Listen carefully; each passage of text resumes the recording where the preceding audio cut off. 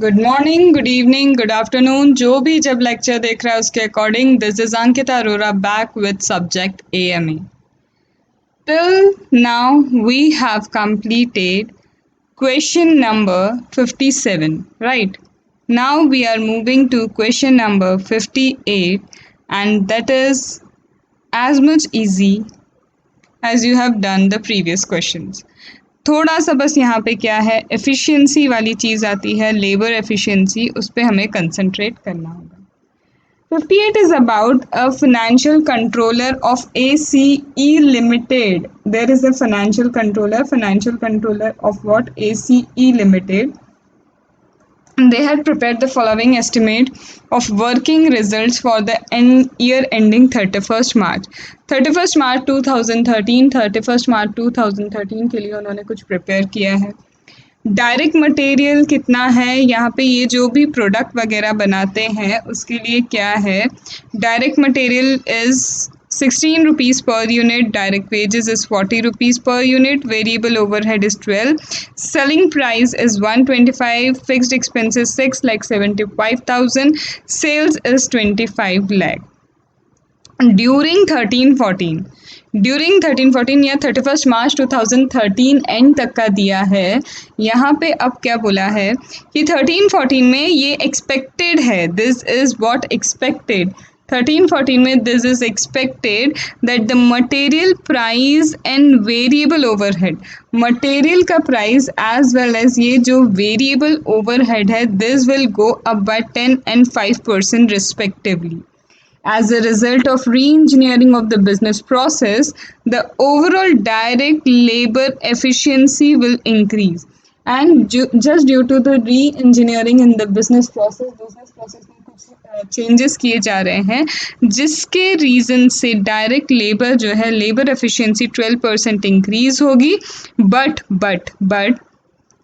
wage rate will go up by 5%. Efficiency 12% increase होगी और उसी के साथ वेजेस भी क्या होंगे, 5% इंक्रीज करने होंगे.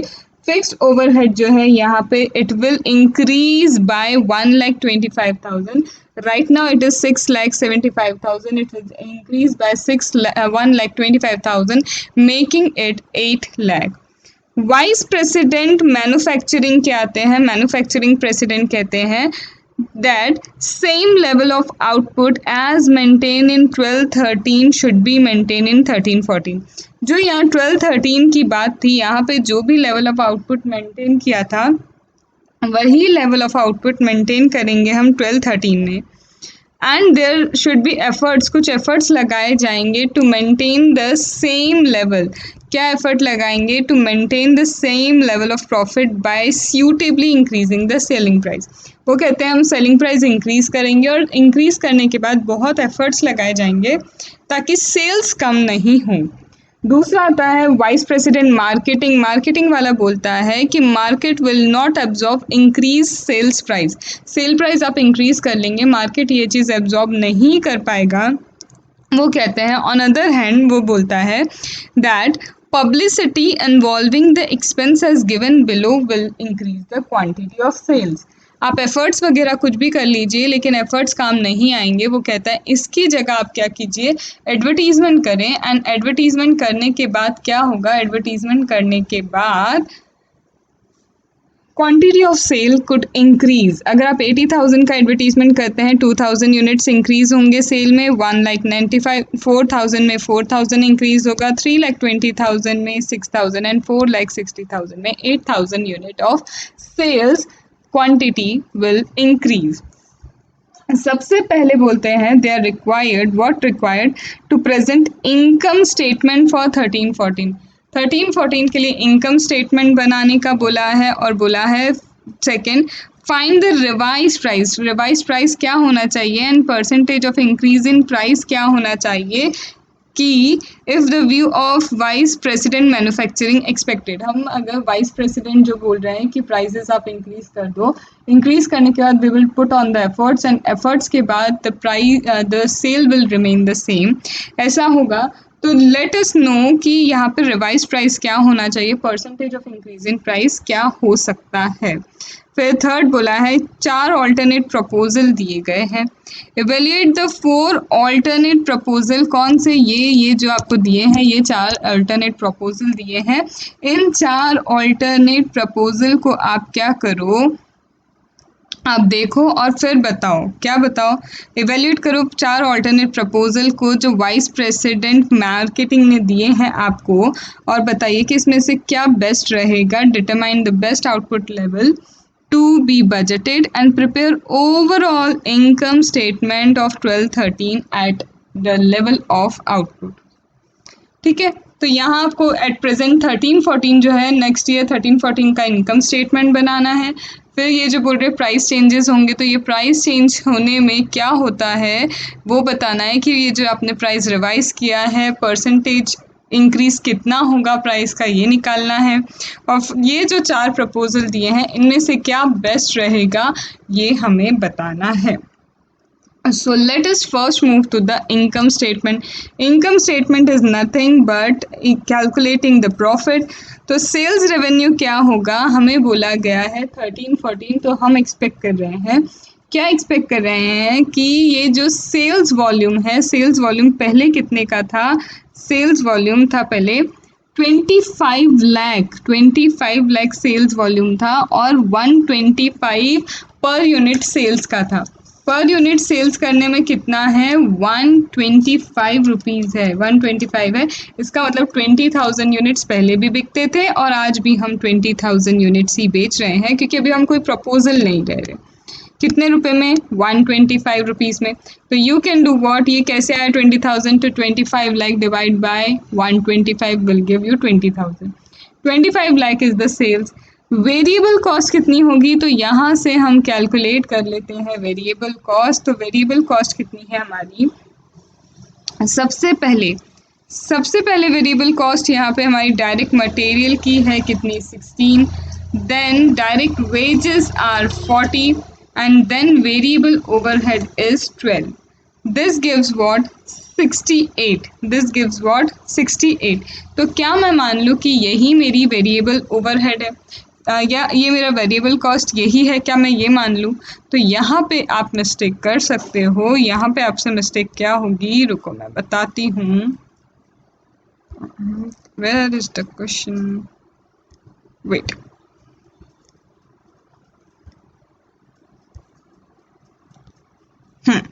वेरिएबल कॉस्ट हमें जैसा कि पता है क्या, कि डायरेक्ट मटेरियल मेरा 16 है, but if you know there is an increase in cost of direct material. Direct material के कॉस्ट में 10% इंक्रीज होने वाला था, तो अगर आपने ये नहीं लिया तो it would be a mistake. तो यहाँ ये बनता है 17.60। Then there was increase in again something like direct wages में भी इंक्रीज है, और साथ में वेरिएबल ओवरहेड में भी इंक्रीज है। वेरिएबल ओवरहेड 5% से इंक्रीज होने वाला था। अब आती है बात डायरेक्ट वेजेस की। तो डायरेक्ट वेजेस में क्या था? 12% से एफिशिएंसी इंक्रीज होने वाली थी। एफिशिएंसी कितने परसेंट से इंक्रीज होने वाली थी? 12% से एफिशिएंसी इंक्रीज होने वाली थी। तो पहले था डायरेक्ट वेजेस 40 रुपीज़ का, जो 12% एफिशिएंसी पे था। एफिशिएंसी बढ़ते ही क्या होगा, कहीं ना कहीं नंबर ऑफ आवर्स हमें कम लगेंगे। तो नंबर ऑफ आवर्स कम लगेंगे, इसलिए हमने क्या किया, 112 से इसे डिवाइड किया इनटू 100। ये क्या निकल गया मेरा कि जब क्या है यहाँ पे एफिशिएंसी इंक्रीज हो जाती है, तो इंक्रीज ऑफ एफिशिएंसी पे हमें कितना पे करना होगा? रेट। ठीक है, तो 112 की एफिशिएंसी हो चुकी है, रेट इतना पे करेंगे, लेकिन इसमें 105% से इंक्रीमेंट करना होगा, क्योंकि वेज रेट 5% से इंक्रीज होने वाले। तो दिस विल गिव द 37.50। ये रहा हमारा वेरिएबल कॉस्ट, और यही वेरिएबल कॉस्ट वहाँ आएगी। So don't make a mistake of directly adding, क्योंकि वो 2013 का दिया है, ईयर एंड 2013, हमें 13-14 का इनकम स्टेटमेंट बनाना है। तो this will be the cost. इससे निकल जाएगा टोटल कंट्रीब्यूशन, और इसमें हमें फिक्स्ड एक्सपेंस माइनस करने हैं। Fixed expense was 6,75,000। However there was an increase in fixed expense with 1,25,000 giving it as making it 8 lakh. So this is the profit now. This is what the profit now, 3,46,000. ठीक है, okay. Now statement of revised price. अब second पूछा है कि कितना price increase कर सकते हैं, कितना हम प्राइस में इंक्रीज करें, उसका परसेंटेज कितना होना चाहिए ताकि क्या हो, सेल्स लेवल तो वही मेंटेन हो जाए, ताकि क्या हो, हमारा सेल्स लेवल वही की वही मेंटेन रहे। सो लेट अस चेक कि हमारा सेल्स प्राइस क्या होना चाहिए। तो वेरिएबल कॉस्ट वी नो कि 67.70 पर यूनिट है, तो 20,000 के लिए the variable cost will be this. What we are basically doing, we are basically back calculation कर रहे हैं, कॉस्ट प्लस फिक्स्ड एक्सपेंसेस करेंगे प्लस प्रॉफिट करेंगे तो हमें सेल्स रेवेन्यू पता चल जाएगा। तो वेरिएबल कॉस्ट हमारा निकल गया 20,000 इंटू 67.70 पर यूनिट के हिसाब से। फिक्स्ड एक्सपेंस क्या है, already we know now the fixed expense is 8 lakh. Variable cost पता है, फिक्स्ड एक्सपेंस पता है, can we calculate the profit, can we calculate the profit. तो प्रॉफिट कैसे कैलकुलेट करेंगे हम, it's very easy. See basically we would like to calculate the profit. तो ये रहा हमारा प्रॉफिट, कैलकुलेट हमें करना है। तो प्रॉफिट कैसे कैलकुलेट करोगे, प्रॉफिट कैलकुलेशन के लिए वी नीड व्हाट, कंट्रीब्यूशन। यहाँ पे एक तरह से हमें कंट्रीब्यूशन पता चल जाएगा तो we can easily calculate the profit. तो पिछले साल अगर हम देखें, पिछले साल का कंट्रीब्यूशन अगर हम कैलकुलेट करें तो पिछले साल का contribution will come to be 57। Why, sales price minus cost in 12-13, तो ये 57 का कंट्रीब्यूशन है। तो 20,000 पे जो ओवरऑल कंट्रीब्यूशन आता है वो होता है 11,40,000। वो कितना आता है, 11,40,000 आता है। इसमें से हम अगर हमारे उस टाइम के फिक्स्ड एक्सपेंसेस माइनस कर देंगे तो बचा हुआ क्या है, प्रॉफिट होता है। और इस प्रॉफिट को हम कहाँ लिख सकते हैं, यहाँ पे। तो ये हम एक्सपेक्ट कर रहे हैं कि अगर कुछ भी रिवाइज नहीं करते हैं, ठीक है, हम प्राइजेस रिवाइज करेंगे, बाकी सारी चीज़ें अगर सेम रहनी है तो हम एक्सपेक्ट कर रहे हैं कि देखो प्रॉफिट पिछली बार भी इतना था, इस बार भी इतना ही होगा। पिछली बार भी प्रॉफिट 4,65,000 था, continuing the same profit.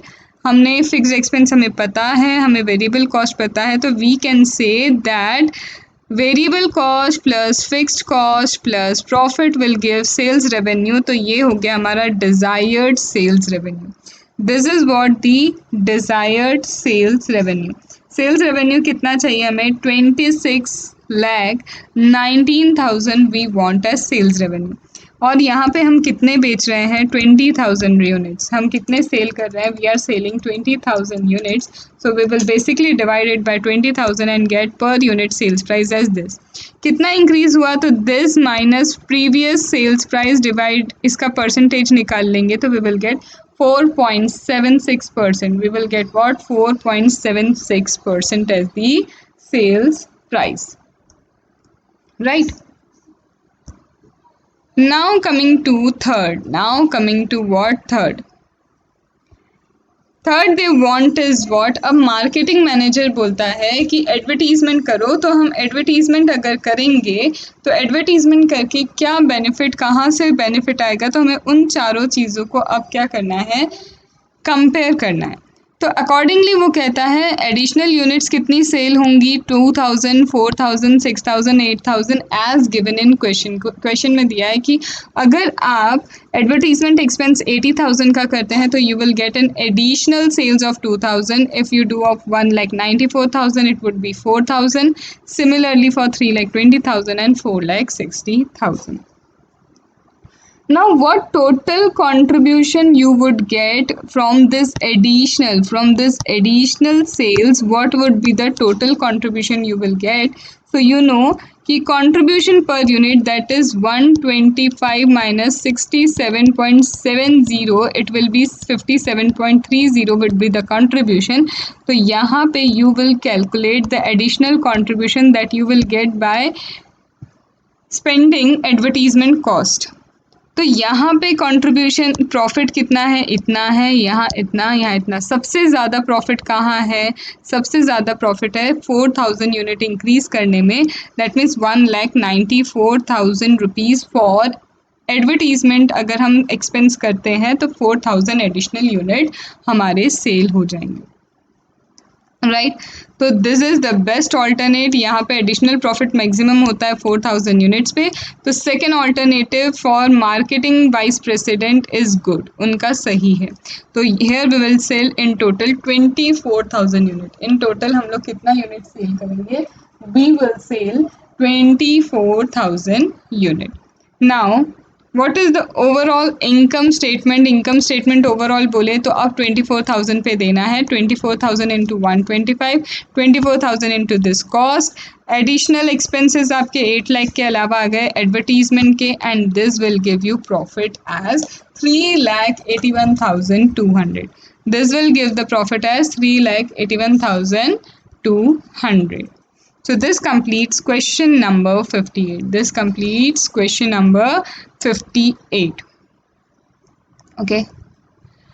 Now another question, question number 59, being easy, but the thing is you should know how to present it. Presentation is important here. Nothing else is difficult in this question. So let us start with question number 59. Thar Limited manufactures and markets 3 product A, B, C. Thar limited है, 3 product बनाता है A, B, C. कितने product बनते हैं यहाँ पे? A, B, C, that is 3 product. ठीक है। कौन कौन सी स्टेट में? हरियाणा एंड राजस्थान। हरियाणा राजस्थान में 2 स्टेट्स में क्या करता है? थार लिमिटेड अपने A, B, C प्रोडक्ट्स बनाता है। Eight the end of the first half of 11-12 year जो है 2011-12 के फर्स्ट ईयर एंड जो ईयर है फर्स्ट हाफ में कुछ यहाँ पे प्रॉफिट स्टेटमेंट उन्होंने बताए हैं। कुछ प्रॉफिट स्टेटमेंट इन्होंने क्या किए हैं? ड्रॉ किए हैं, बताए हैं। ठीक है। अब ये जो प्रॉफिट स्टेटमेंट ये बता रहा है इसमें क्या है? ये कहते हैं हरियाणा में सेल्स होती है 3,000, that is 3 lakh in total. ठीक है। यहाँ पे जो हरियाणा है, हरियाणा में टोटल ओवरऑल कितनी है? सॉरी 30 लाख है। ठीक है। यहाँ पे राजस्थान की टोटल कितनी है? 9 लाख है। तो ओवरऑल टोटल यहाँ पे 39 लाख हो जाता है।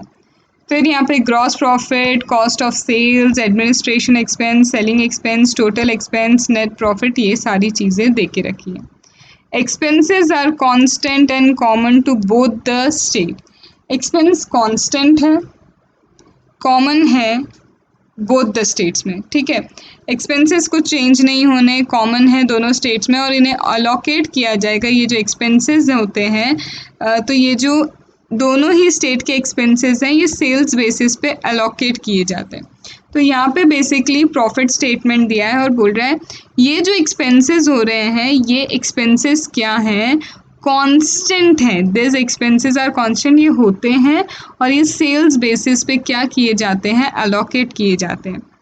The expenses are semi fixed, ये सेमी फिक्स्ड एक्सपेंसेस हैं but specifically relate to respective state. Semi fixed है और रिलेट करेंगे किसको? स्टेट वाइज रिलेट करते हैं। स्पेसिफिकली किसको? स्टेट वाइज क्या करते हैं? रिलेट करते हैं। The management is worried to note that the decision taken to market the product in Rajasthan to utilize the idle capacity has proved wrong. Management कहता है ideal capacity राजस्थान में है, Rajasthan is having an ideal capacity, और वहाँ पे वो ideal capacity को use करना would be wrong and they want कि हरियाणा स्टेट को कवर अप किया जाए। आइडियल कैपेसिटी है राजस्थान में, बट बोल रहे हैं कि राजस्थान में अगर आइडियल कैपेसिटी यूज़ भी की तो that would be wrong. That would be what? Wrong. तो यहाँ पे इसलिए क्या करना चाहिए? जो कैपेसिटी है वो हरियाणा में, हरियाणा स्टेट में हमें एक्सपेंशन करना चाहिए, वहाँ पे चीज़ें यूटिलाइज करनी चाहिए। The incharge marketing division is not satisfied with the above way of profit presentation. जो मार्केटिंग डिवीज़न है, मार्केटिंग डिवीज़न के इंचार्ज कहते हैं ये जो आपने जिस तरह से प्रॉफिट वगैरह दिखाया है ही इज़ नॉट सेटिस्फाइड।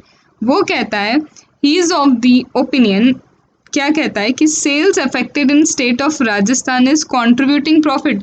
वो कहते हैं राजस्थान में जिस तरह से आपने प्रॉफिट बताया दिस इज़ नॉट करेक्ट। वो बोलते हैं सही नहीं है। In fact Rajasthan is contributing profit. Rajasthan तो एक्चुअल में प्रॉफिट कंट्रीब्यूट कर रहा है। ठीक है। For the next half year next half year he expects no increase in demand in Haryana, और वो कहते हैं कि अगले 6 महीने में, पहले 6 महीने का तो ये प्रॉफिट स्टेटमेंट है, बट बोलता है नेक्स्ट 6 मंथ में राजस्थान में, हरियाणा में कोई डिमांड इंक्रीज नहीं होगी, लेकिन राजस्थान में डिमांड इंक्रीज हो सकती है। While for Rajasthan he anticipates to sell B, C more by 50%. वो कहता है बी और सी का जो सेल है राजस्थान में, it will increase by 50% of the existing cells. This will utilize the ideal capacity full, और इससे पूरी आइडियल कैपेसिटी पूरी यूटिलाइज हो जाएगी। और प्रोडक्ट वाइज फर्स्ट हाफ का सेल्स दिया है हरियाणा का, राजस्थान का। वेरिएबल कॉस्ट दिया है मैन्युफैक्चरिंग से रिलेटेड, सेल्स से रिलेटेड, फिक्स्ड मैन्युफैक्चरिंग एक्सपेंस से रिलेटेड, राइट। तो product wise relevant details for the first half में क्या दिया है, सेल्स ए की कितनी होती है, बी की कितनी होती है, सी की कितनी होती है हरियाणा में, राजस्थान में कितना सेल्स होता है, that has been given. Variable cost on percent of sales दिया है, variable cost on the percentage of sales यहाँ पे दिया है, मैन्युफैक्चरिंग का, सेलिंग का कितना होगा, ठीक है। Then specific fixed manufacturing expense has also been given, मतलब detail of the fixed expenses, variable का परसेंटेज वगैरह सब कुछ हमें दे के रखा है। नाउ व्हाट दे वांट, वो बोलते हैं कि हमें बताओ state wise profit statement for first half of 11-12। First half का स्टेट वाइज प्रॉफिट स्टेटमेंट चाहिए यूजिंग कॉन्ट्रीब्यूशन अप्रोच यूज करके, कॉन्ट्रीब्यूशन वगैरह कैलकुलेट करके you have to give the state wise profit statement. Also offer your views on the contention of management and opinion expressed by in charge marketing department। वो बोलता है इसके अलावा एक तो आप क्या करो, प्रॉफिट स्टेटमेंट दो, और साथ साथ ये बताओ ये जो मैनेजमेंट का ओपिनियन है, मार्केटिंग डिवीज़न वाला बोल रहा है कि प्रेजेंटेशन वगैरह सही नहीं है, या फिर राजस्थान प्रॉफिट दे रहा है, उन सब चीज़ों के बारे में भी आप यहाँ पे बताइए। दूसरा बोलता है prepare a product wise profit statement, और अब दूसरा चाहिए उसको प्रोडक्ट वाइज प्रॉफिट स्टेटमेंट। पहले स्टेट वाइज चाहिए था, अब प्रोडक्ट वाइज स्टेटमेंट चाहिए, वही कंट्रीब्यूशन अप्रोच यूज करते हुए। Then he says, submit your well throughout recommendation as to which product should be produced to utilize ideal capacity। फिर वो कहता है कि कौन सा प्रोडक्ट वो यूज़ करें for ideal capacity. Ideal capacity है उसके पास, तो कौन से प्रोडक्ट को उसे क्या करना चाहिए, बनाना चाहिए उस आइडियल कैपेसिटी को यूज़ करते हुए। तो बट ऑब्वियस जहाँ कंट्रीब्यूशन ज़्यादा होगा वो वाला प्रोडक्ट हम बनाएंगे आइडियल कैपेसिटी में, ताकि क्या हो, बेनिफिट ज़्यादा हो, राइट। तो सबसे पहले तो हमें स्टेट वाइज फिर प्रोडक्ट वाइज स्टेटमेंट बनाना है। तो स्टेट वाइज स्टेटमेंट पे आते हैं। स्टेट वाइज में हमें हरियाणा और राजस्थान का स्टेटमेंट चाहिए कंट्रीब्यूशन अप्रोच यूज़ करते हुए। तो सबसे पहले हमें सेल्स निकालनी होगी। सेल्स कितनी है, सेल्स हमें कैसे पता चला, 3900 है। तो ऑल्दो 3900 ये ऑलरेडी गिवन है आपको, this has already been given, हमें ऑलरेडी दे के रखा है। यहाँ पे क्या है, हमें ऑलरेडी दिया हुआ है, क्या दिया हुआ है, वेट, या 3900 sales has already been given to us. तो ये तो हो गई हमारी डायरेक्टली सेल्स। अब ये बात आती है वेरिएबल कॉस्ट की। वेरिएबल कॉस्ट कितना है, तो variable cost is manufacturing and selling. Now we know variable cost का परसेंटेज दिया है, सेलिंग कॉस्ट का यहाँ पे परसेंटेज दिया है, दैट इज 40, 35, 30, 3, 2, 2। ठीक है, तो यहाँ पे हमें क्या दिया है, परसेंटेज दिया है। तो we have to calculate the manufacturing cost. सबसे पहले manufacturing cost product A B C के लिए हम निकाल लें फॉर हरियाणा एंड राजस्थान। ठीक है, सेल्स निकाल लिया, सेल्स के बाद क्या निकाल लिया हमने, manufacturing cost, then selling cost हम हरियाणा और राजस्थान की निकाल लेंगे। वी नो मैन्युफैक्चरिंग परसेंटेज कितना है ए बी सी का, 40, 35, 30%, that has already been given in the question. Selling cost का परसेंटेज कितना है, इतना है। नाउ ए बी सी के सेल्स हमें पता है कि अलग अलग जगह पे ए बी सी का सेल्स हरियाणा और राजस्थान में कितना दिया है, that we know. Why we have written sales है, बिकॉज सेल्स का परसेंटेज तो है manufacturing cost and selling cost. तो 1200 का 40% हरियाणा में मैन्युफैक्चरिंग कॉस्ट है, 300 का 40% राजस्थान में मैन्युफैक्चरिंग कॉस्ट है। Similarly, 900 का 35% is manufacturing cost in Haryana and 300 का 35% is cost in Rajasthan. So you can calculate like this. सबसे पहले नीचे वाला कर लेते हैं हम। C का 900 का 30% 270 हरियाणा का कॉस्ट है मैन्युफैक्चरिंग, एंड सिमिलरली राजस्थान का 300 का 30%। Similarly we can calculate for the selling cost. Selling cost का हम यहाँ पे क्या कर सकते हैं, कैलकुलेशन कर सकते हैं, right. So the percentage of sales यहाँ पे दिया था, तो हमने ये निकाल ली हमारी costing. This is manufacturing cost Haryana Rajasthan and this is selling cost Haryana and Rajasthan, that we will put in our profit statement, that we will put it in our profit statement. This is the total and this is state wise. This is the contribution. Now specified fixed cost. Now about what specified fixed cost. So let us calculate the specified fixed cost. Again we will go to working note and specified fixed cost, that is manufacturing and selling. Total manufacturing cost of sales, total manufacturing cost of sales हमें पता है total कितना है, इतना। हमें क्या बोला गया था कि ये सेमी वेरिएबल कॉस्ट है, this are what semi variable cost. तो ये तो हमारा वेरिएबल निकल गया, यहाँ पे से क्या हो गया, ये हमारा वेरिएबल वी हैव कैलकुलेटेड। अब जो बचता है वो क्या हो जाता है, फिक्स्ड। जो बच गया that is what fixed. Total we know, from the total we have subtracted variable and we will get what, fixed. Similarly for selling we know the total, we will subtract variable, we will get what, fixed. We will get what, fixed, right? And that we will put over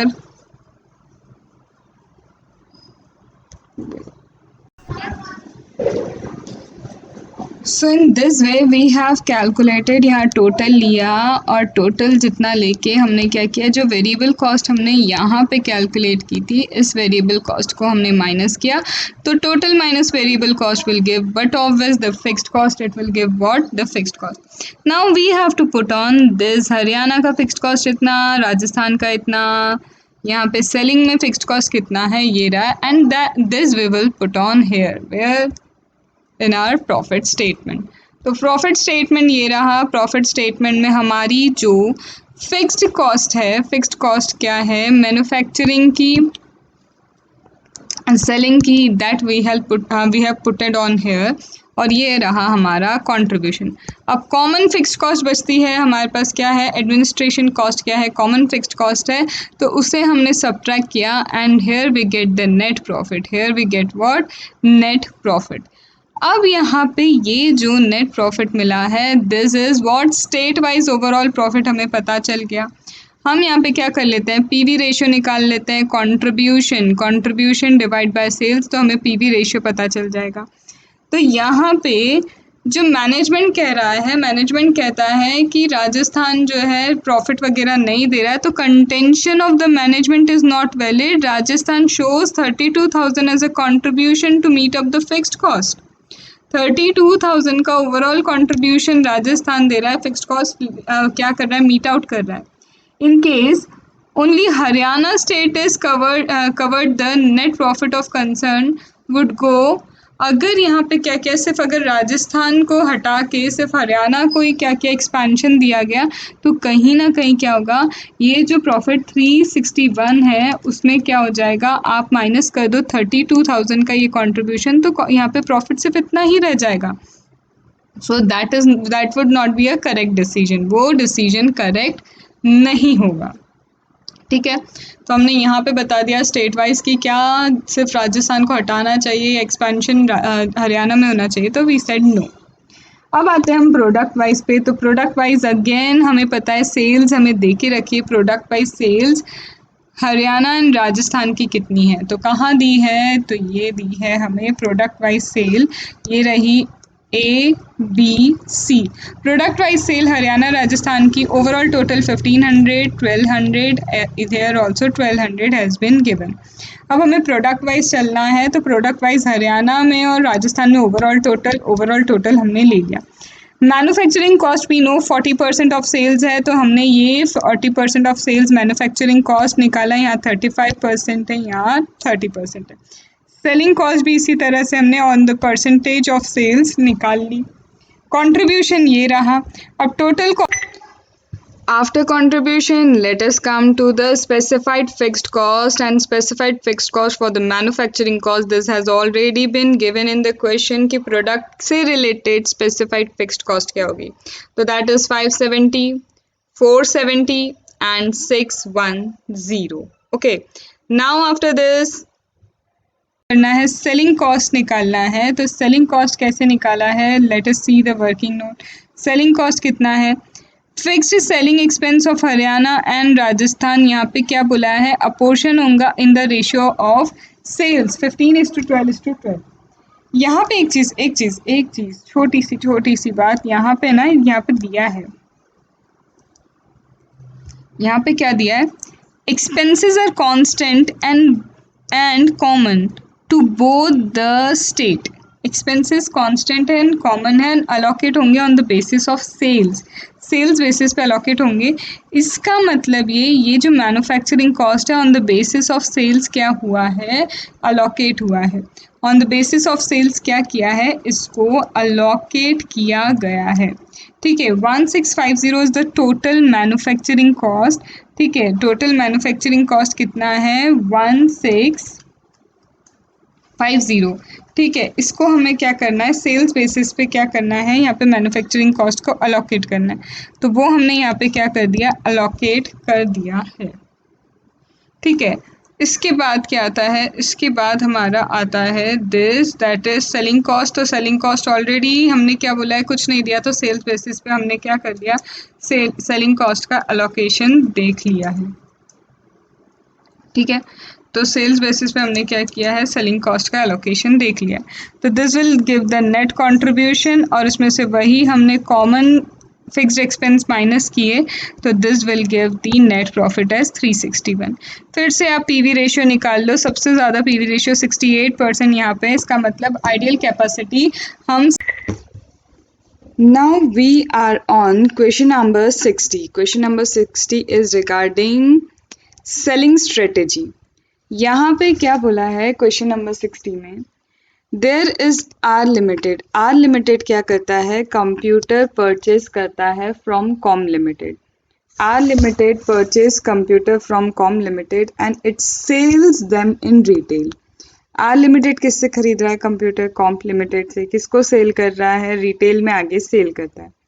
now whenever R limited, that is Ret limited only, whenever R Limited purchase computer from Com limited, एक 10% का commission कौन पे करता है, 10% का commission pay करता है Com limited to R limited on selling price.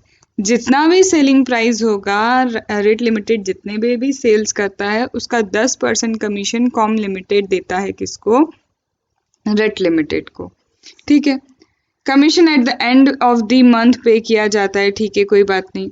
Rate limited sells the computer to the customer. अब ये सेल कितने में करता है, it sells the computer to the customer. R limited computer 30,000 per piece cell करता है, पर पीस 30,000 है। Com limited has a policy not to taking back computer once dispatch. एक बार अगर कंप्यूटर दे दिया तो वापस नहीं लिया जाता है, और मिनिमम ऑर्डर है यहाँ पे, मिनिमम ऑर्डर 100 कंप्यूटर का है। रेट लिमिटेड को कम से कम 100 कंप्यूटर्स तो खरीदने ही पड़ेंगे कॉम्प लिमिटेड से, because minimum order is of 100। Now Comp limited charges price to Ret limited as follow.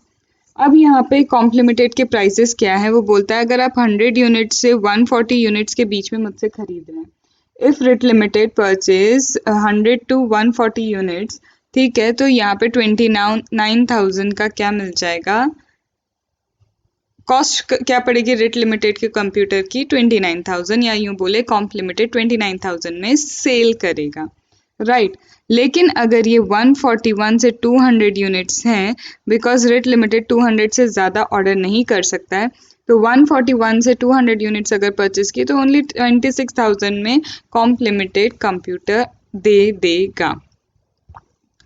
Now due to economic recession, अब कुछ इकोनॉमिक रिसेशन आया एंड रेट लिमिटेड को क्या करना पड़ा, एक फ्री गिफ्ट देना पड़ा कंप्यूटर के साथ। Due to the economic recession free gift of क्या देना पड़ गया, free gift as in computer के साथ उसे डिजिटल कैमरा देना पड़ा, जिसकी कॉस्टिंग उसे पड़ती है 4,500 पर पीस की कॉस्टिंग कितनी है 4,500, जो कंप्यूटर के साथ कंपैटिबल है। This camera are sold by another company, और ये जो कैमरा है वो कोई और कंपनी बेचती है, फोटो लिमिटेड नाम की, जो एक बॉक्स में 50 क्या देती है, कैमरा देती है। एक बॉक्स अगर वो परचेज करता है कैमरे का तो उसमें 50 यूनिट्स ऑफ कैमरा होते हैं। और ये जो है Ret limited can order camera only in boxes, और यहाँ पे ये लूज पैकिंग अवेलेबल नहीं है, बॉक्सेस में ही इसे खरीदना पड़ेगा, ठीक है। और ये विदाउट कैमरा, विदाउट कंप्यूटर ये कैमरा सेल नहीं हो सकते। It can not be sold without computer, मतलब जितने कंप्यूटर है उतने की ही हमें क्या करने पड़ेंगे, कैमराज लें, क्योंकि कंप्यूटर नहीं तो ये कैमरा सेल नहीं हो सकते। फिर यहाँ बोलते हैं ये जो रेट लिमिटेड है अपने स्टोर में, खुद के स्टोर में 110 यूनिट्स इजीली सेल कर सकता है, और बाकी के जो बचे यूनिट्स अगर जैसे अगर 200 इसने सपोज ऑर्डर किए, तो जो बाकी के यूनिट्स हैं वो कहाँ करेगा, फार ऑफ लोकेशन में सेल कर सकता है, और फार ऑफ लोकेशन में अप टू 80 यूनिट्स ही सेल कर सकता है। He can sell only up to 80 units, ठीक है। provided it is willing to spend 5,000 per unit on shipping cost, और यहाँ पे जब फार ऑफ लोकेशन में वो सेल कर रहा है तो 5,000 पर यूनिट शिपिंग कॉस्ट लगेगी। फार ऑफ लोकेशन में जो भी सेल हो रहा है उसके लिए 5,000 पर यूनिट शिपिंग कॉस्ट है। In this market also selling price जो है 30,000 ही है। यहाँ पे भी सेल्स प्राइस क्या होने वाली है, 30,000 होने वाली है। अब बोलते हैं कि बेस्ट स्ट्रेटेजी क्या होगी रेट लिमिटेड की, मतलब उसे कितना परचेस करना चाहिए, 100, 140, 150, कितने परचेस करके कहाँ पे सेल करे ज़्यादा, ठीक है। और दूसरा बोला है break even point in units बताना है on the basis of above cost. क्या बताना है, ब्रेक इवन कॉस्ट बताना है on the base, break even unit बताना है on the basis of above cost. Now this question that is question number 60, we will be solving in a different way. See, here they have taken option, here they have taken certain option, but we will take option in a different way. But we will be taking options in some different way. तो सबसे पहले देखो कि सामने वाले को खरीदना कितना चाहिए, how many units he should purchase from com limited, ठीक है। तो कॉम लिमिटेड से उसे कितने खरीदने चाहिए, तो सबसे पहले बोला है कि कॉम लिमिटेड मिनिमम 100 यूनिट्स तो सेल करेगा। मिनिमम क्या है, उसे अगर आपको ऑर्डर देना है कॉम लिमिटेड को तो मिनिमम 100 यूनिट्स तो होने ही चाहिए। इसका मतलब एक ऑप्शन है कि हम सिर्फ क्या ले लें, 100 यूनिट्स ले लेते हैं, ठीक है।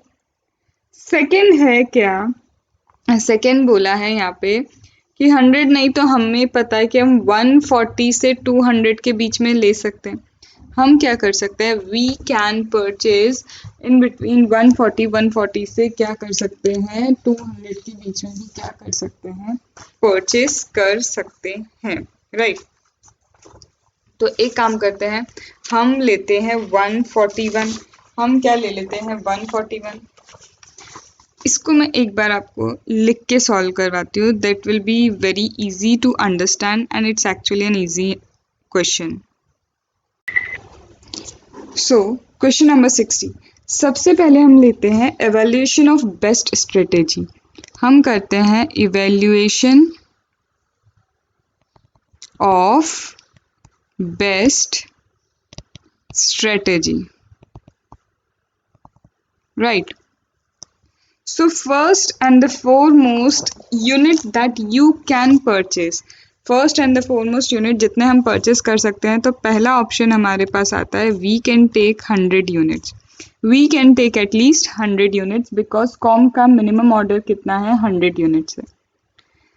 ठीक है. सेकेंड हम ले सकते हैं 110. वाई 110? बिकॉज रेड लिमिटेड अपने शोरूम पे या फिर अपनी जगह पे at least 110 units it can sell.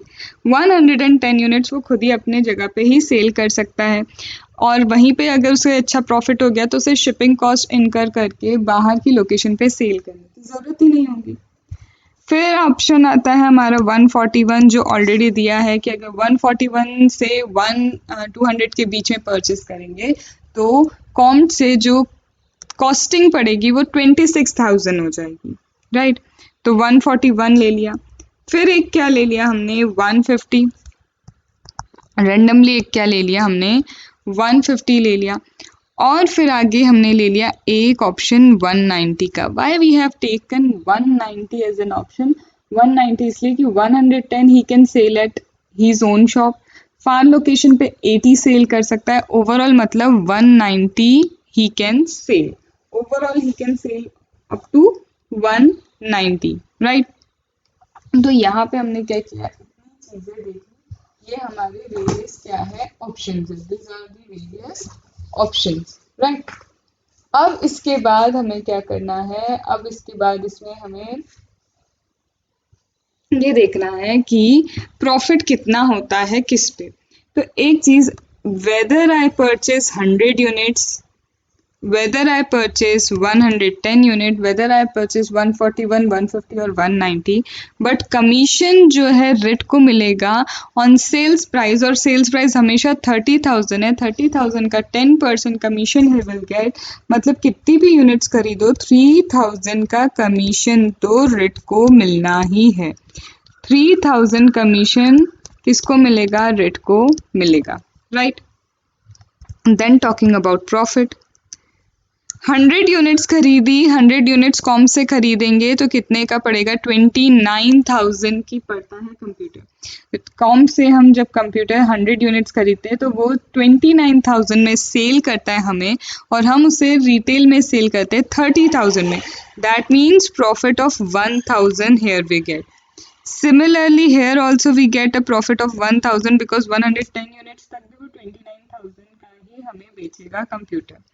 But when it is 141 तो वो कंप्यूटर देते हैं हमें 26,000 में, और रेट फिर उसे रिटेल में भेजेगा 30,000 में. इसका मतलब यहाँ से प्रॉफिट चालू होता है 4,000.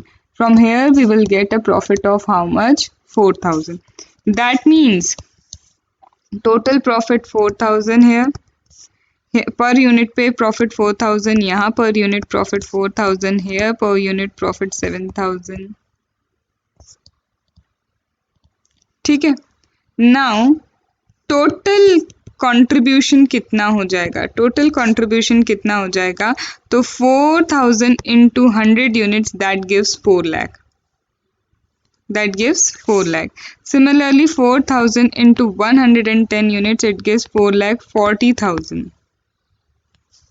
7,000 into 141 it gives this much. Then 7,000 into 150 will give 105, and then 7,000 into 190 will give this. I have already calculated it. Okay. Then you will subtract the fixed cost. Fixed cost में सबसे पहले क्या आएगा, कैमरे की कॉस्ट आएगी. Because due to economic recession it was compulsory for him to give the cameras. Due to economic recession उसके लिए क्या था, कंपल्सरी हो गया था कैमराज देना. और कैमरा वॉज कॉस्टिंग 4,500 पर पीस 4,500 का था. तो 100 कंप्यूटर्स के लिए कितने कैमरा लगेंगे, 100 कंप्यूटर के लिए 100 कैमराज मतलब 4,50,000 के कैमराज हो गए. यहाँ पे कैमरा लगेंगे 110, तो यहाँ हो जाएगा 675,000. हेयर 141 141 क्या है, कंप्यूटर्स है, लेकिन बॉक्स में आता है, पूरे क्या है, बॉक्स में आता है। क्या पूरे बॉक्स में आता है हमारा, पूरे बॉक्स में हमारे कैमराज आते हैं। बट यहाँ पे कितना लगेगा, 141 into 4500, that will be how much, wait 4500 into,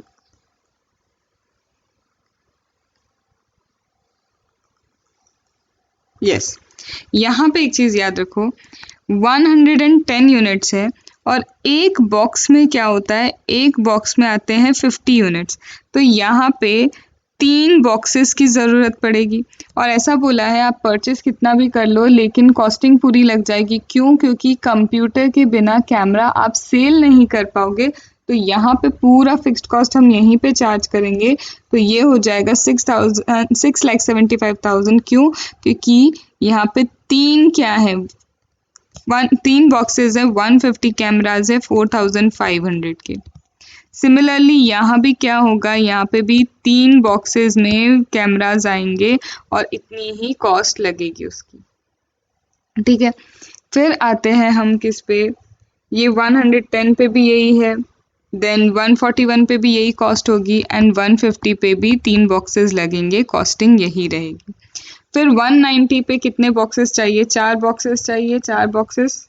190 पे कितने चाहिए, 4 बॉक्सेस चाहिए, मतलब 200 कैमराज आपके आएंगे। कितने आएंगे, 200 cameras, that will cost 9 lakh. तो ये हो गई कॉस्टिंग आपकी कैमरे की, राइट। फिर आते हैं हम शिपिंग कॉस्ट पे। शिपिंग कॉस्ट इसलिए क्योंकि जब आप 110 से ज़्यादा बेचेंगे तो फार ऑफ लोकेशन पे आपको सेल करने जाना पड़ेगा। तो 100 पे तो आप क्या कर सकते हैं, सेम लोकेशन पे सेल कर सकते हैं, 110 पे भी आप सेम लोकेशन पे सेल कर सकते हैं। लेकिन जब 141 की बात आती है तो 141 में से 110 तो सेम लोकेशन पे सेल हो जाएंगे। 141 में से 110 तो क्या होंगे, सेम लोकेशन पे सेल हो जाएंगे। बाकी जो एक्स्ट्रा है that you have to sell where, वहाँ वो आपको कहाँ सेल करने पड़ेंगे, मार्केट में फार ऑफ लोकेशन पे। कहाँ दिया है ऐसा, ये दिया है कि 110 जो है, 110 आप एक ही लोकेशन पे, सेम लोकेशन पे सेल कर सकते हो, लेकिन 80 अप टू 80 आप कहाँ कर पाओगे, बाहर सेल कर पाओगे। बाहर सेल करने के लिए आपको कितने हैं, अप टू 80 आप बाहर सेल कर सकते हैं। ठीक है, तो यहाँ पे हमें क्या करना है, 141 में से हम कितना है, 141 माइनस 110 तो सेल हो जाएंगे हमारे कहाँ पे, 141 में से 110 कहाँ पे सेल हो जाएंगे, आपके अपने ही शोरूम पे सेल हो जाएंगे, राइट। अब बचते कितने हैं, 31 यूनिट्स जो है वो आप सेल करेंगे कहाँ, फार ऑफ लोकेशन पे, और उसे ले जाने के लिए, एक यूनिट ले जाने के लिए 5000 का कॉस्ट लगता है। That means 155,000। ठीक है, ये शिपिंग कॉस्ट हो गई। फिर यहाँ पे शिपिंग कॉस्ट हो जाएगी आपकी कितनी, 150 में से 110 आप सेल कर सकते हो अपने ही मार्केट में, और 40 आपको बाहर से सेल करना है, पर यूनिट कॉस्ट है 5000, तो 2 लाख रुपीज़ यहाँ आ जाएंगे। एंड सिमिलरली 4 लाख आपके यहाँ आ जाएंगे। तो यहाँ पे ये आपकी पूरी कॉस्टिंग है। अब आप प्रॉफिट निकाल सकते हैं। तो here you will get a loss of 50,000। Here it is a loss of 50,000. Here you will get a loss of 2,35,000. Here 1,57,000 का प्रॉफिट, यहाँ पे 1,75,000 का प्रॉफिट, यहाँ पे 30,000 का प्रॉफिट। तो यहाँ देख के क्या समझ में आ रहा है, यहाँ देख के समझ में आ रहा है कि एटलीस्ट 150 यूनिट्स क्या करने चाहिए, परचेज करने चाहिए, ताकि प्रॉफिट सबसे ज़्यादा हो। तो बेस्ट स्ट्रेटेजी ये है। ये क्या है, बेस्ट स्ट्रेटेजी, राइट। अब इसके बाद सेकंड में उन्होंने पूछा है कि ब्रेक इवन पॉइंट कैलकुलेट करके बताओ। सेकंड में उन्होंने क्या कहा है, ब्रेक इवन पॉइंट कैलकुलेट करके बताइए। तो ठीक है, हम ब्रेक इवन पॉइंट कैलकुलेट करते हैं। हम क्या लेते हैं सबसे पहले हम क्या लेते हैं ब्रेक इवन पॉइंट कैलकुलेट करने के लिए। एक चीज बताओ कि ब्रेक इवन पॉइंट का मतलब क्या है। ब्रेक इवन पॉइंट का मतलब ये है कि नो प्रॉफिट नो लॉस की सिचुएशन, राइट। अब मेरी बेस्ट स्ट्रेटेजी है जिसमें प्रॉफिट आ रहा है 1,75,000।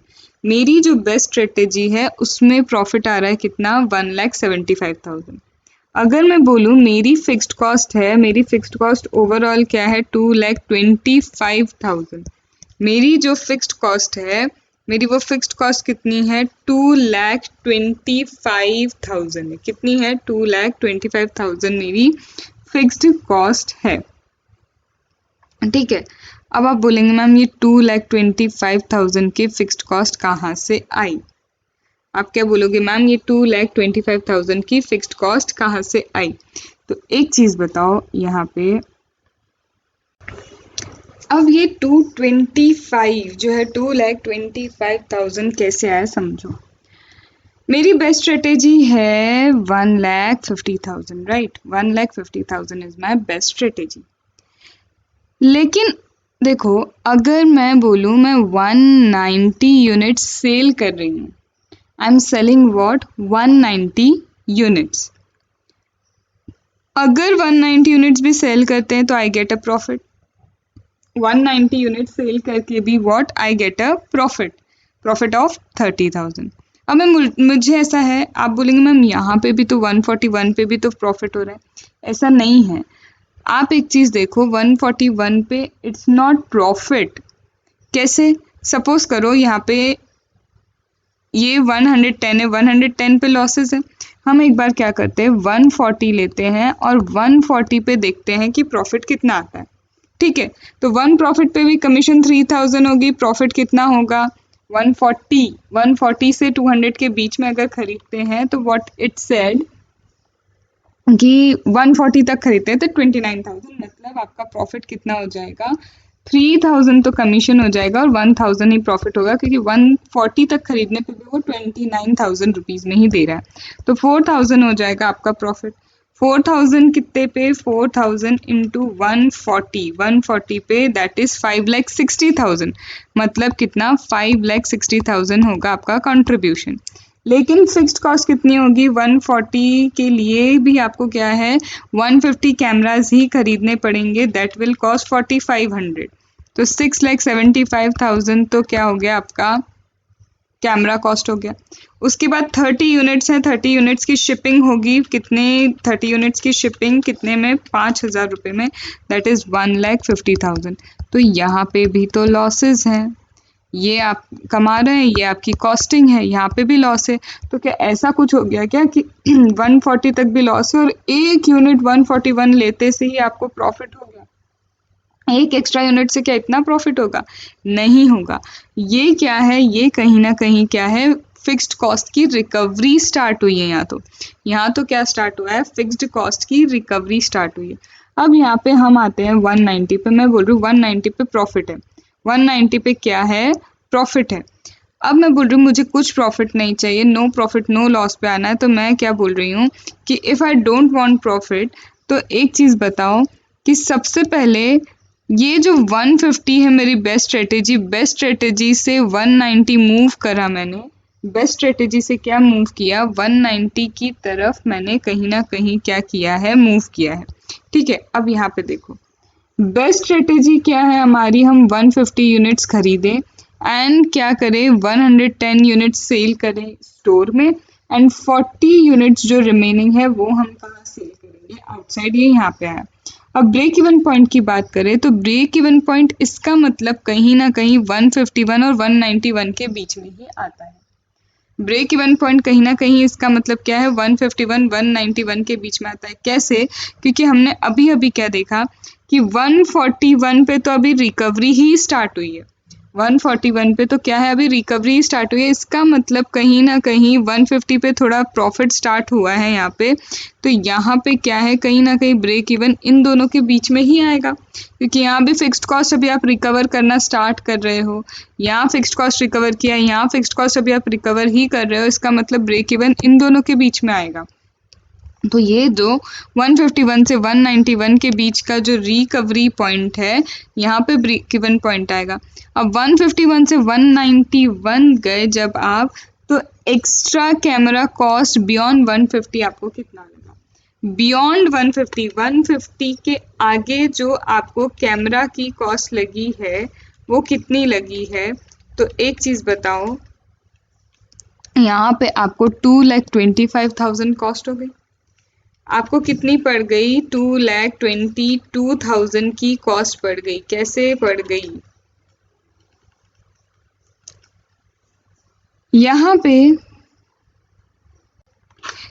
पे क्या होगा, हमने बोला कि मिनिमम ऑर्डर उसके लिए जो कॉम्प है हमारा, कॉम को मिनिमम ऑर्डर आपको कितना देना होगा? 100 का तो देना ही पड़ेगा।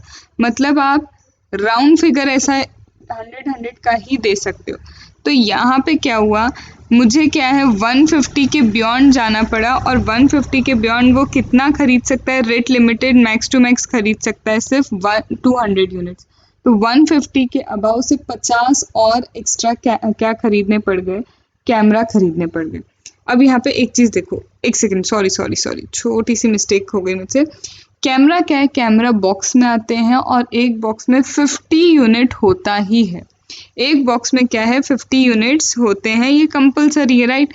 तो अगर आप 151 से 191 पे भी जा रहे हो, 151 से आप 191 पे भी जा रहे हो, तो आपको पूरे पूरे 200 क्या करने होंगे? पूरा पूरा एक और 50 कैमरा आपको पूरे लेने होंगे। एक बॉक्स पूरा लेना होगा जिसमें 50 कैमराज है। तो 50 इंटू 4500 मतलब एक्स्ट्रा आपकी कितनी कॉस्ट आ गई? Fixed cost 2,25,000। कॉस्ट कितनी हो गई उस एक्स्ट्रा 50 कैमरास की? 2,25,000, जिसमें से ऑलरेडी आपने ये 1,75,000 अर्न कर लिया। मतलब अब अर्न करना बचा था कितना? 50,000। इसमें अभी अभी और कितना अर्न करना बचा था? 50,000, ताकि 2,25,000 की रिकवरी हो जाए, ताकि क्या हो जाए? 2,22,000 की 25,000 की रिकवरी हो जाए। आपको अभी 1,75,000 तो बेस्ट स्ट्रेटेजी से आपने अर्न कर लिया, अभी 50,000 रिकवर और करने हैं। अब ये 50,000 डिवाइड बाय 2,000 क्या? अब ये 2,000 क्या है? ये है हमारा कंट्रीब्यूशन। ये क्या है? हमारा कंट्रीब्यूशन। अब ये कैसे निकला ये देखते हैं। ये देखो,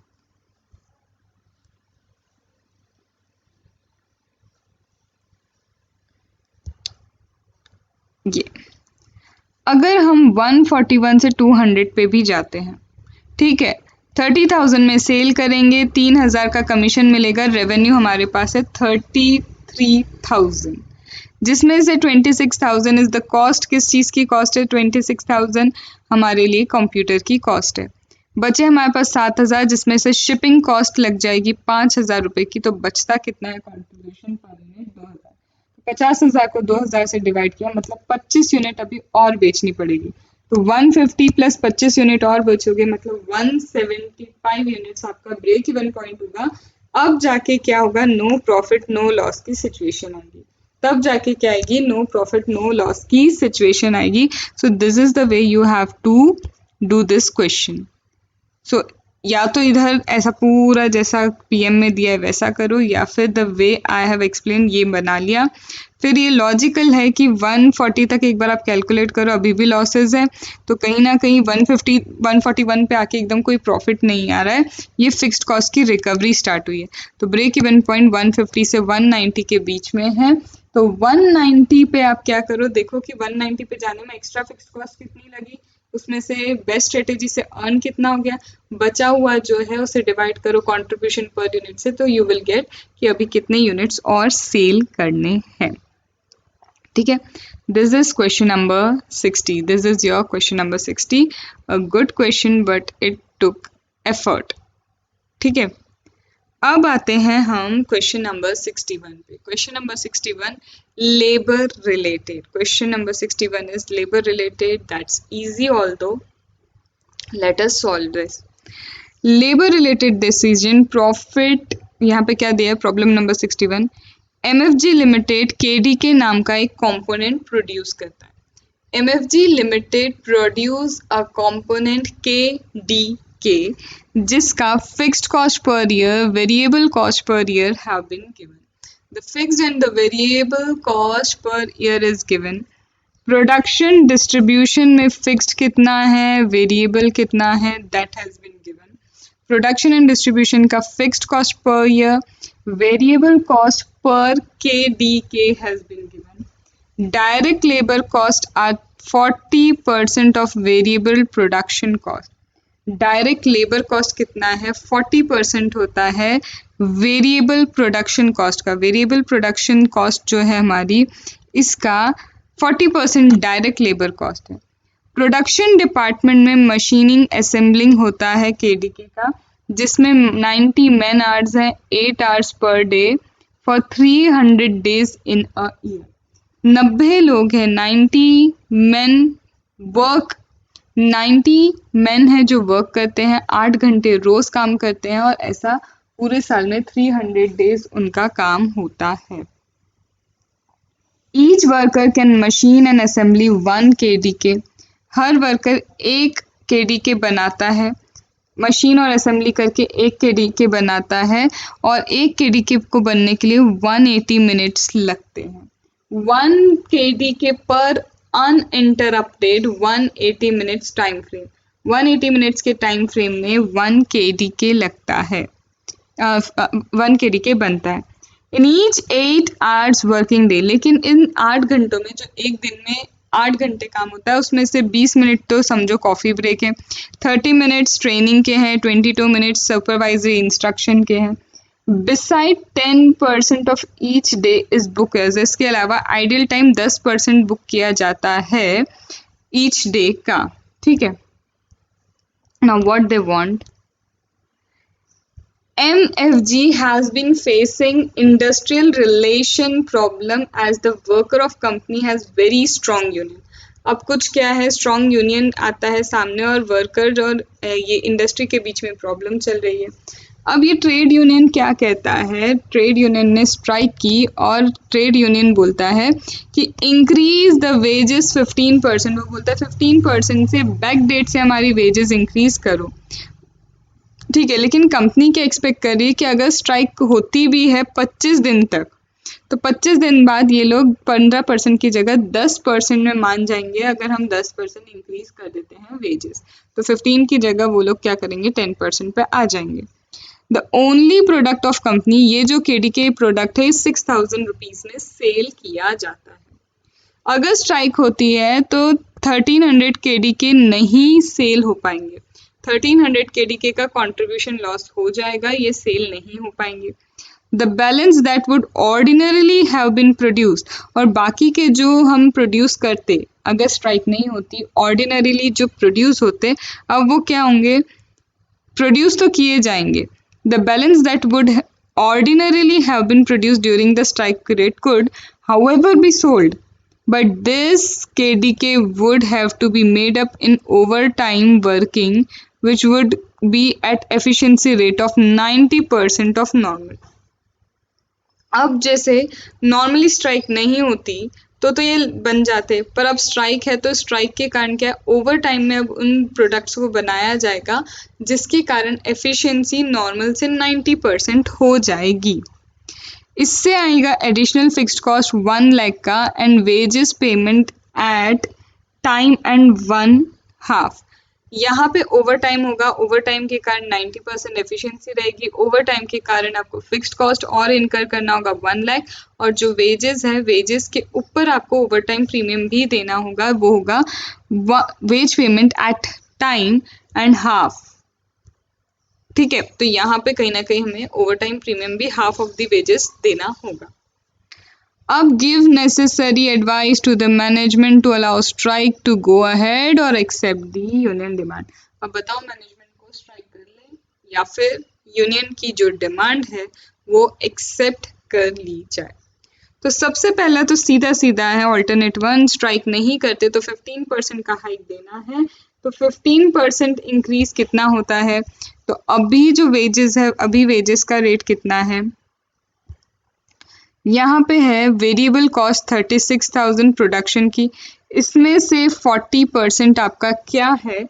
3600 है, 3600 में से 40% आपका फिक्स्ड है। 3600 40% आपका क्या है? यहाँ पे वेरिएबल है प्रोडक्शन का। तो यहाँ पे अब हम देख लेते हैं कि ये जो हमारा कॉस्ट है, वेजेस कॉस्ट है, वो कितना पड़ता है। ठीक है, तो सबसे पहले तो बोला है कि अगर कुछ नहीं होगा तो 15% सीधे सीधे हमें हाइक देना होगा। पर यूनिट पे कितना देना होगा हाइक? 15% सीधे सीधे देना होगा, राइट। तो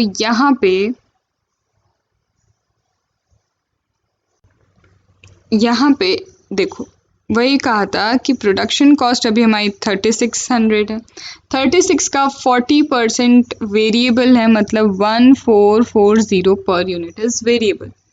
अब इस पे हमें 15% का इंक्रीमेंट करना है, तो after the increment of 15% it is what? 1656। It is what? 1656।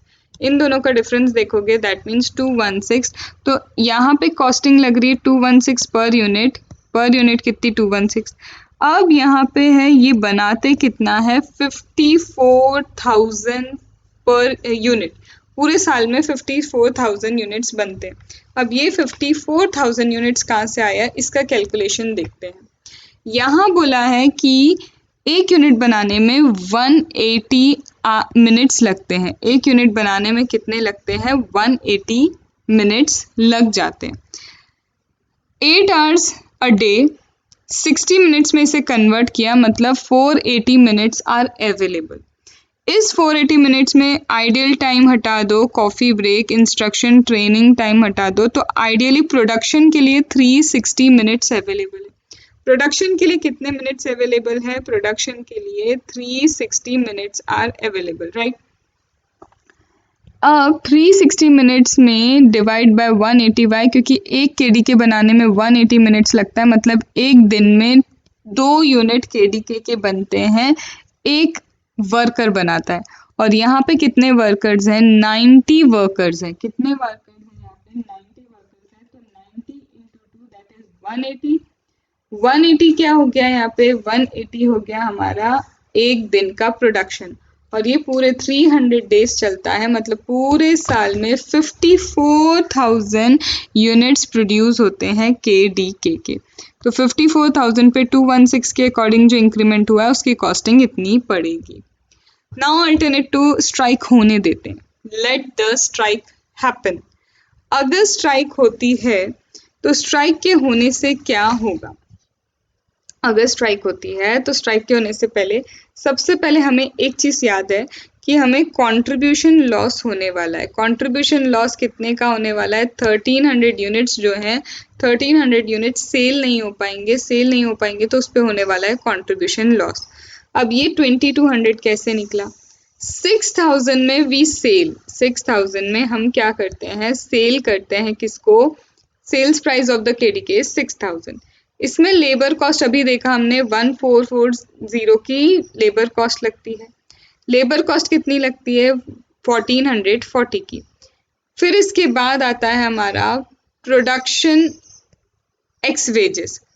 यहाँ पे 36,000 में से अगर आप वेरिएबल माइनस करोगे, क्योंकि 36,000 का 40% वेरिएबल था, वो माइनस कर दोगे, बाकी का बचा कॉस्ट ये आ जाएगा।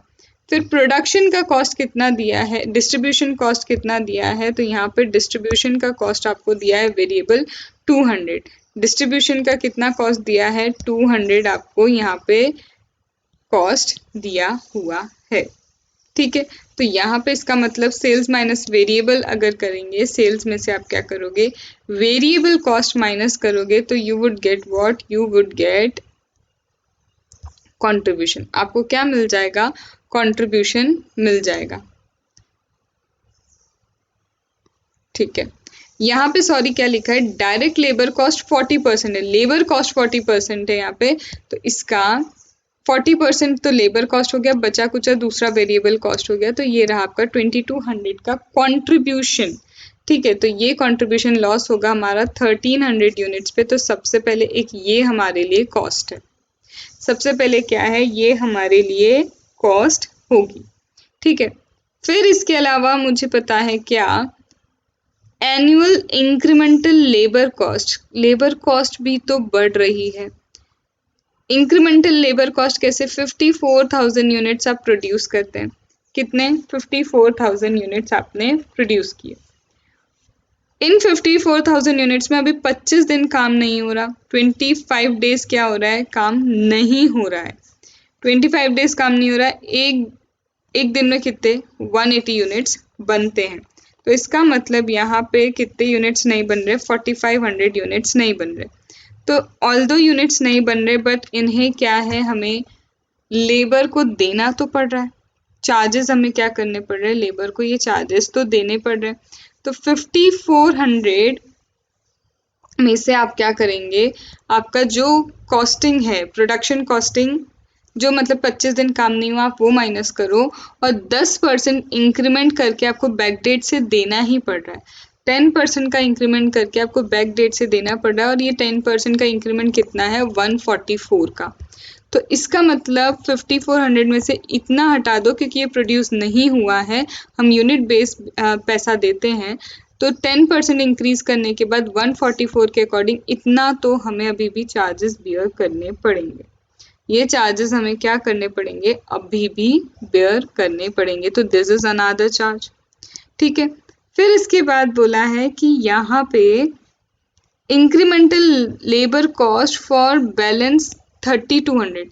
यहाँ क्या बोला है, ऑल्दो ये जो स्ट्राइक पीरियड में प्रोडक्शन होना चाहिए था, वो हम बाद में ओवर टाइम में प्रोडक्शन करवाएंगे। स्ट्राइक वाले पीरियड में प्रोडक्शन नहीं हुआ, बाद में हम ओवर टाइम में क्या करवाएंगे, ये प्रोडक्शन करवाएंगे। तो 4500 यूनिट्स हैं, जिसमें से 1300 तो बिकेंगे ही नहीं, तो हम बनवाएंगे भी नहीं, जो बिकेगा नहीं हम वो बनवाएंगे नहीं, तो हम 3200 यूनिट्स तो अभी भी क्या करेंगे, प्रोड्यूस करवाएंगे। इन 3200 यूनिट्स पे भी हम 10% इंक्रीमेंट करके इन्हें क्या करेंगे, चार्जेस देंगे। साथ ही साथ इन 3200 यूनिट्स पे क्या जाएगा, ओवर टाइम प्रीमियम जाएगा। साथ ही साथ इन 3200 यूनिट्स पे क्या जाएगा, ओवर टाइम प्रीमियम भी जाएगा। तो ये जो ओवर टाइम प्रीमियम है इन 3200 यूनिट्स पे, इस ओवर टाइम प्रीमियम को भी हम क्या करेंगे, एज अ चार्ज कॉस्ट करेंगे। फिर एक चीज़, यहाँ ओवर टाइम आप करवा रहे हो तो 90% की एफिशिएंसी रहेगी। एफिशिएंसी कितनी रहेगी, 90% आपकी क्या रहेगी, एफिशिएंसी रहेगी। तो ये अभी हमारे इंक्रीमेंट होने के बाद चार्जेस है। ये हमने क्या किया, सबसे पहले 1584, एफिशिएंसी कम है तो कहीं ना कहीं क्या होगा, आवर्स ज़्यादा लगेंगे। एफिशिएंसी कम है, आवर्स ज़्यादा लगेंगे, और ओवर टाइम में आपको 0.5% ज़्यादा देना पड़ रहा है। हाफ ऑफ द परसेंट क्या है, ज़्यादा देना पड़ रहा है इंटू 3200। तो ये आ गया, और ये सिर्फ ओवर टाइम प्रीमियम कैलकुलेट किया है, इसके ऊपर हमें 0.5% ज़्यादा ओवर टाइम प्रीमियम देना है। तो 3200 इंटू इंक्रीज 10% इंक्रीज जो किया है रेट, इंटू 0.5, मतलब जो हमें 0.5% ज़्यादा देना है वो। तो कहीं ना कहीं कॉन्ट्रीब्यूशन लॉस, जो नॉर्मल वेजेस हम 10% इंक्रीज करके दे रहे हैं वो, ओवर टाइम जो दे रहे हैं, उसके बाद एफिशिएंसी कम होने के कारण जो एक्स्ट्रा पैसा जा रहा है वो, एफिशिएंसी कम हुई, एफिशिएंसी कम होने के कारण आवर्स ज़्यादा लगे, आवर्स ज़्यादा लगने के कारण ओवरऑल पैसा इतना ज़्यादा जा रहा है। ओवरऑल क्या 1.5 क्या हो रहा है, आवर्स ज़्यादा लग रहे हैं, तो इतना क्या समझ रहे हो आप कि ये एक्स्ट्रा पेमेंट जा रहा है, क्योंकि आवर्स ज़्यादा लग रहे हैं तो वो ज़्यादा आवर्स का पेमेंट तो हमें ओवर टाइम मिला के ही करना पड़ रहा है। Additional fixed cost already 1 lakh दिए, तो ये चार्जेस लग रहे हैं, क्या लग रहे हैं, इतने चार्जेस लग रहे हैं। तो बट ऑब्वियस स्ट्राइक इससे अच्छा नहीं हो तो है, ताकि हमें बेनिफिट मिलेगा कितने का, 22,64,000। इससे अच्छा तो स्ट्राइक नहीं हो, वो बेटर रहेगा। I hope you got it right. So it was again an easy question, but little bit calculation. Okay, चलो आगे बढ़ते हैं। Question number 62. 62 is really an easy question that you can do in homework. Yeah, 62 is really an easy question, so you can do it in homework.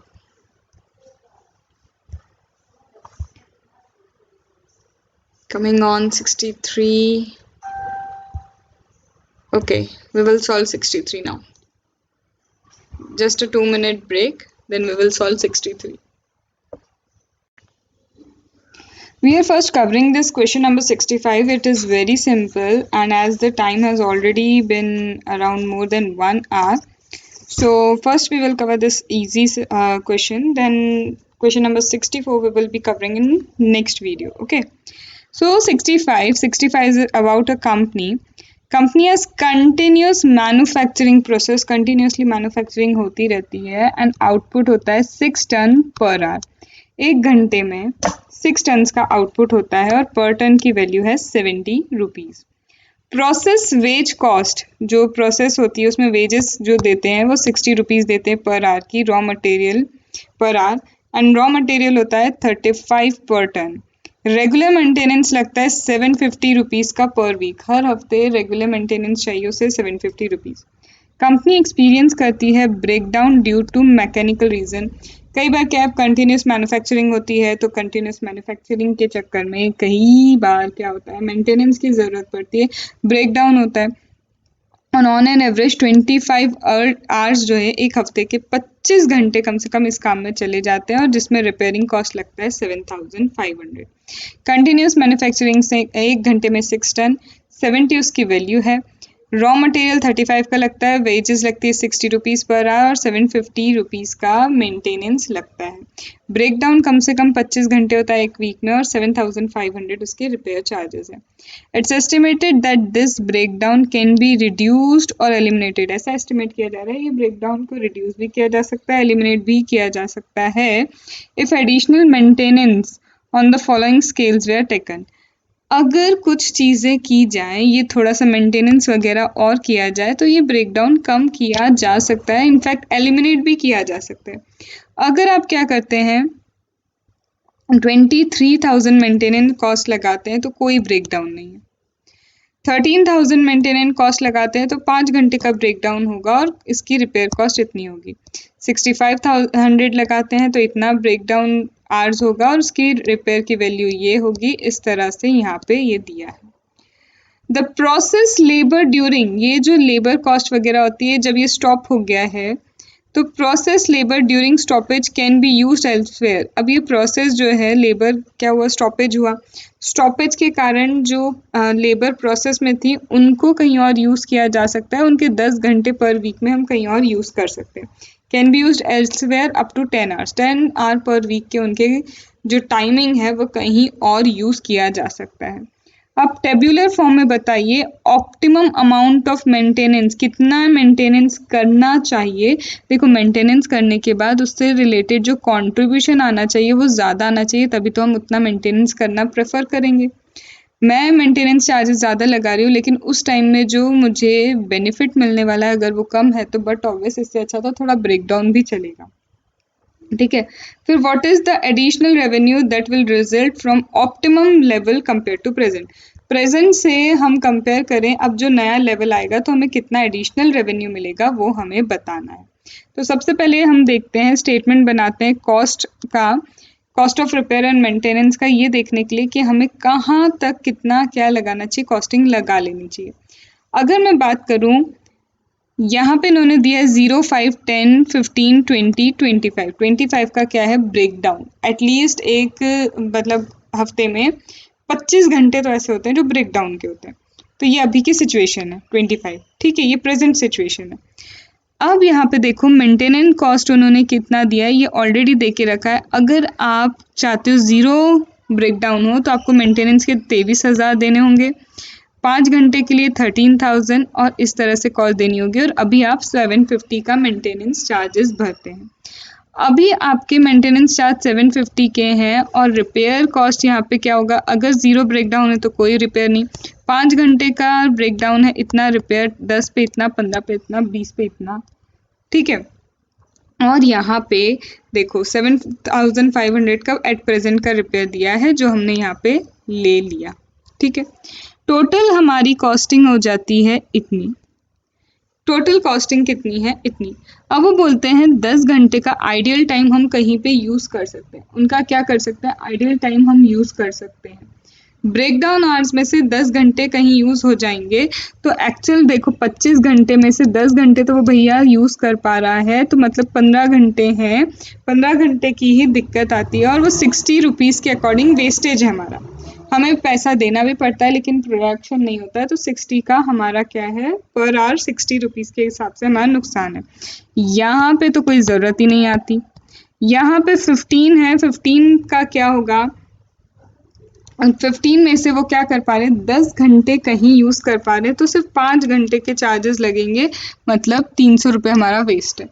यहाँ पे 20 में से 10 घंटे वो कहीं यूज़ कर सकते, 10 घंटे नहीं यूज़ कर पाएंगे तो 600।